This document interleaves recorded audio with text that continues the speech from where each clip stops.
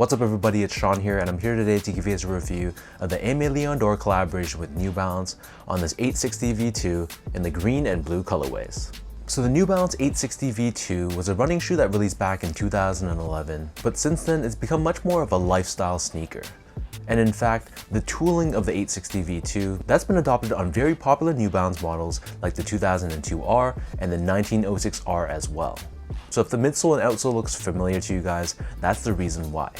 But for this latest collaboration with Aimé Dore, Teddy Santis has given the spotlight back to the OG, the 860 V2, releasing 3 colorways of the model, green, blue, and red, 2 of which I hit on the raffle back on April 6th for a price of $150 US, which is roughly 210 Canadian dollars. So the style code for the blue pair is ML860AM2, and for the green pair it's ML860AL2. And just like my review of the upcoming Aimé Dore 1906R, which I posted on my channel not too long ago, these all come packaged in the exact same box, which is done in this dark green color with gold accent detailing throughout. And just like the 1906R, these 860 V2s also come with this suede-like dust bag, which was a really nice premium touch. So like I mentioned earlier, the 860 V2 was a pinnacle running shoe back in 2011. So because of that, the materials on the upper are all synthetic, very lightweight and durable. So as we take a deep dive into the details, you'll see that the base layer of both colorways, this is constructed out of this open style mesh in this cream color. Overlaid on top on the medial side, we have this synthetic dark gray overlay, and it has reflective 3M detailing throughout, along with accent colors of green and blue on the respective shoes. On the medial side, however, we have more of a lighter silver overlay, and then covering the front toe cap, we have another overlay here, also with reflective detailing, but this is all done in a dark gold color. Right in the middle of the shoe, right before the laces, we also have the small New Balance N logo, which features that same respective color of green and blue. And then moving downwards, covering the mid panel, we have this large panel in this silver finish, and beneath this we have this large New Balance N logo, which is done in a mix of the respective color with gold on the edges. Underneath this, the bottom of the mid panel is covered in this honeycomb shaped mesh, and then the top 3 eyelets at the very top is covered in another layer of that dark gray synthetic material, and then surrounding the top portion of the ankle collar area, we have more of that open style mesh, and this is again done in that same cream colored finish.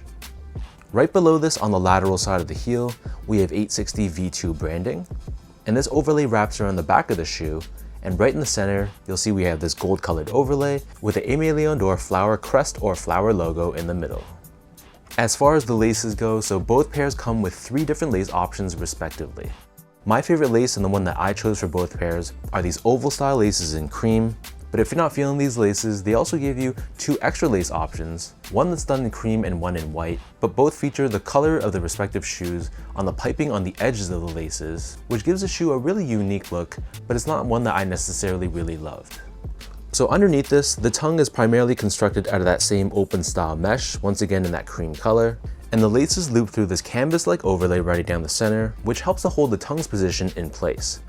And then the very top of the tongue is covered in a gray colored mesh, and pressed on at the very top, we have Aimé Dore branding in gold and a mix of the shoe's respective color.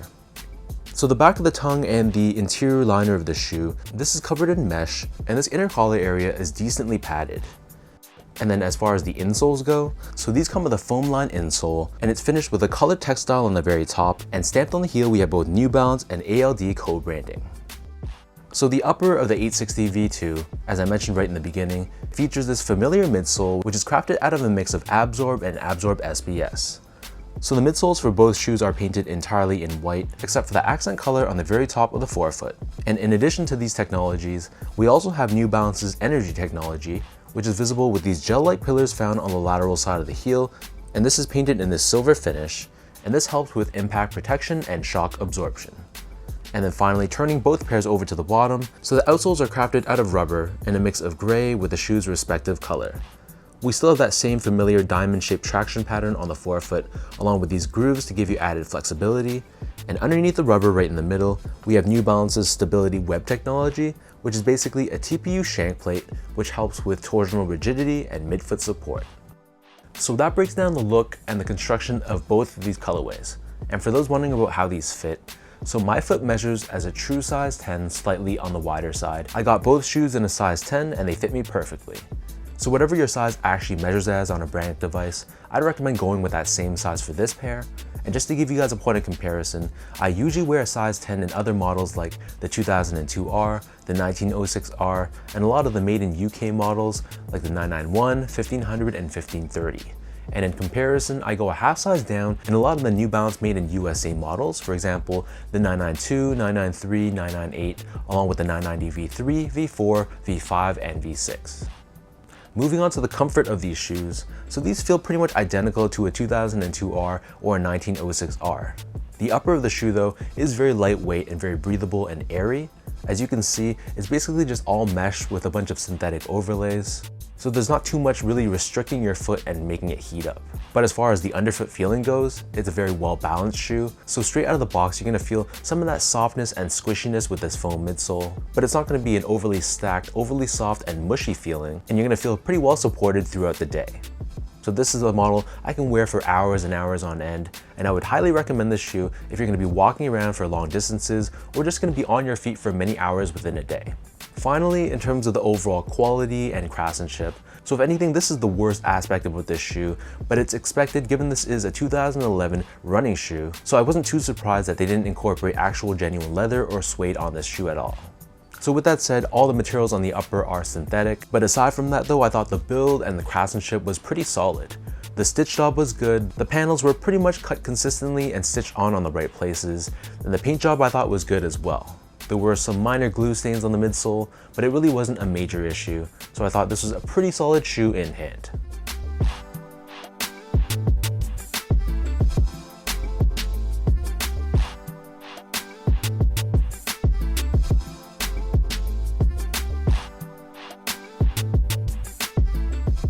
So with all that out of the way now, let's toss both of these on feet and I'll show you guys how these look.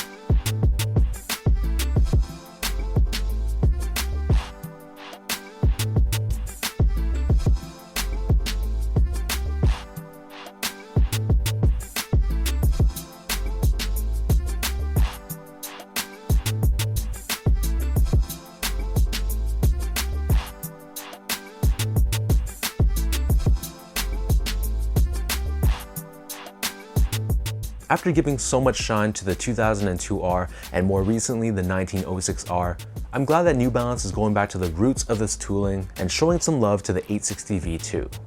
For this collaboration with ALD though, I think this is definitely not a model for everyone. It has a very techy, very running shoe look to it. And even though 2011 was over 10 years ago, I don't know if it's aged enough where wearing these for lifestyle use is going to be a good look for everyone. I think it's much more of a niche silhouette, so I can see why people absolutely hate these and at the same time why some people love it. As for the three colorways, as you can tell or as you could probably guess, the red colorway was my least favorite, and the green pair was easily my top pick of the three. This is just very quintessential ALD, whereas the blue and the red didn't really match as well to me as the green one did. But let me know in the comment section down below, of the three pairs, which of the three were your favorites, and which of the three pairs did you actually end up with? If you guys like this video, be sure to like, comment, and subscribe to my channel if you haven't yet. You can follow me on IG at esgo8, follow my Twitter account at sean.go, and visit my website at seango.ca. So until next time, thank you so much for watching. Hopefully you guys enjoy this review and hopefully it helped you in some way, and I'll catch you guys all in the next one.